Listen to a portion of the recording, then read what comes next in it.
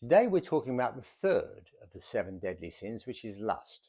When you say lust, people giggle. It's kind of a comical side to it. But actually, is it funny? Not really.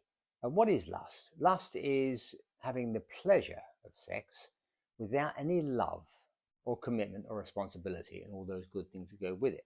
In other words, it's kind of throwaway type of sex. Lots of people have done lots of this and they say it was just a bit of fun, it was fine, but it does cause a lot of damage, a lot of upset and real emotional hurt.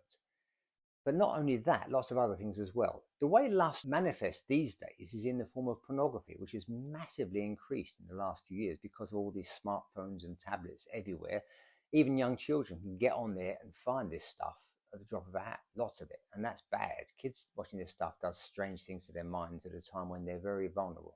So we've seen now the advent in England of young men having sex with a girl, with that girl for the first time, and they suddenly, in the middle of it, they start strangling her.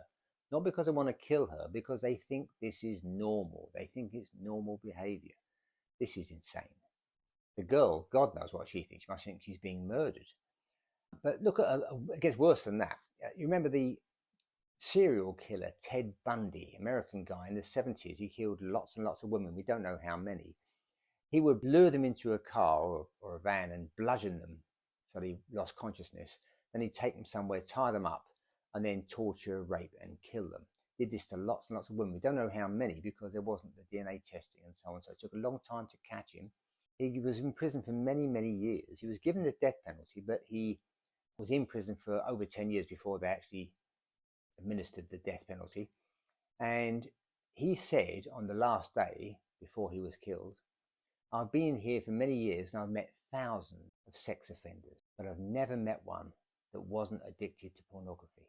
But can pornography lead to different behavior? I think it's obvious that it can. There was a case in England a few years ago where this guy was watching some violent porn, and in the movie, a guy got a knife and cut out the eyes of his partner. He didn't do it, but it looked like he did it, and it's a movie. But he then went straight out, found the knife, and cut out, for real, the eyes of his partner, who's now blind for life. She will never ever see her children again. So if you think that pornography is harmless fun, I would say think again. I'm not saying I have the answers. I don't know what we should do, but I just think we should start seeing it as a major, major problem, especially if you've got daughters. It is terrifying. Thank you for listening.